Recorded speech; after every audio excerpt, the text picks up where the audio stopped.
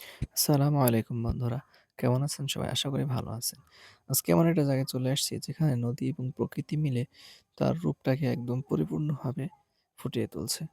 যেন মনে হচ্ছে যে রং তুলির হাতে আঁকা কোনো একটা পরিবেশ। তো জায়গাটা অত্যন্ত নিরিবিলি এবং এই জায়গাটার লোকেশন জানতে হলে অবশ্যই পুরো ভিডিওটা না টেনে দেখবেন। আপনাদের ভালো লাগবে। আর এখানকার পরিবেশটা অনেক সুন্দর। আর চারপাশটা দেখেন অনেক সুন্দর, অনেক নিরিবিলি পরিবেশ। এখন জুতো খুলে নেমে পড়লাম সেই পরিবেশের মাঝে। অনেক শীত। তারপরেও নেমে পড়লাম ঠান্ডা বালির মাঝে এবং শুধু বালি নাই, বালির সাথে পানিও আছে, হালকা পানি। তো পানির মধ্যে এখন নামতেছি এবং এই পানির মধ্যে হাঁটতে কিন্তু বেশ ভালো লাগতেছে। প্রকৃতি যেন তার কাছে টেনে নিচ্ছে। তার সৌন্দর্য দিয়ে, তার রূপ দিয়ে। এত সুন্দর পরিবেশ, মাশাআল্লাহ অনেক সুন্দর। তো চারপাশটা দেখাই দেখেন, চারপাশটা কত নিরিবিলি এবং কি সুন্দর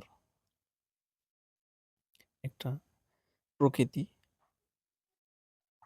এখানে না আছে কোনো মানুষজন, না আছে কোনো যানবাহন, না আছে কোনো তাদের শব্দ।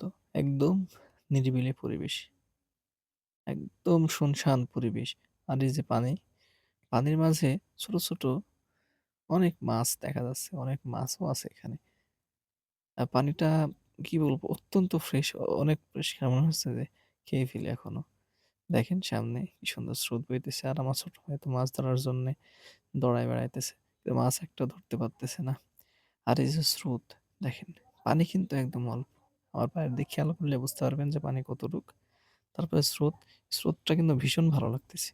আর এই যে স্রোতের যে একটা আওয়াজ, পানির যে একটা আওয়াজ অত্যন্ত সুন্দর, অত্যন্ত ভালো লাগতেছে যখন কানে লাগতেছে পানির এই আওয়াজ। আর এদিকে এই যে দেখেন চাপ ভেঙে পড়তেছে, মনে হচ্ছে নদী ভাঙতেছে। পানি একদমই কম।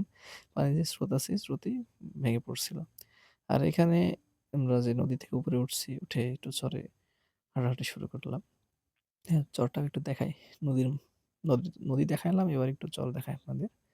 তো এই যে চরের বাঁধের মধ্যে হাঁটতে, হাঁটতে সামনে উঁচা একটা পলি পড়ে উঁচা হয়ে গেছে চর। আর ওই পলি পড়া যে স্থানগুলো এখানে আপনার যে কৃষক ভাইয়েরা আছে, এগুলো ওরা চাষাবাদ করে এখানে। এই যে দেখেন পায়ের নিচে কাদা, কাদা কিন্তু এগুলো হচ্ছে পলি মাটি। পলি পড়ে উঁচা হয়ে গেছে। আর এই সাইডে পুরো চর জুড়েই আপনার চাষাবাদ হয়। আর এটা হচ্ছে পদ্মা নদীর মাঝে একটা চর। এখানে চর পড়ে জায়গাটা উঁচা হয়ে গেছে এবং ২ সাইডেই নদী, মাঝখানে চর এবং প্রচুর ফসল আবাদ হয় এই চরটাতে।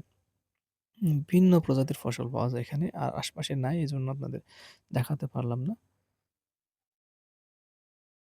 তো বন্ধুরা, পরিবেশটা কেমন লাগলো এবং ঘোরাঘুরি কেমন লাগলো অবশ্যই কমেন্টে জানাবেন। আর ভিডিওটা ভালো লাগলে অবশ্যই লাইক দিবেন আর শেয়ার করবেন। আগামীতে ইনশাআল্লাহ আপনাদের জন্য আরো ভালো, ভালো ভিডিও নিয়ে আসবো সামনে এবং ভিডিওর কোয়ালিটি ভালো করার চেষ্টা করব। আর এই জায়গাটা হচ্ছে যে আমাদের কুষ্টিয়া জেলার দৌলতপুর থানার ফিলিপনগর ইউনিয়নের একদম শেষ প্রান্তে।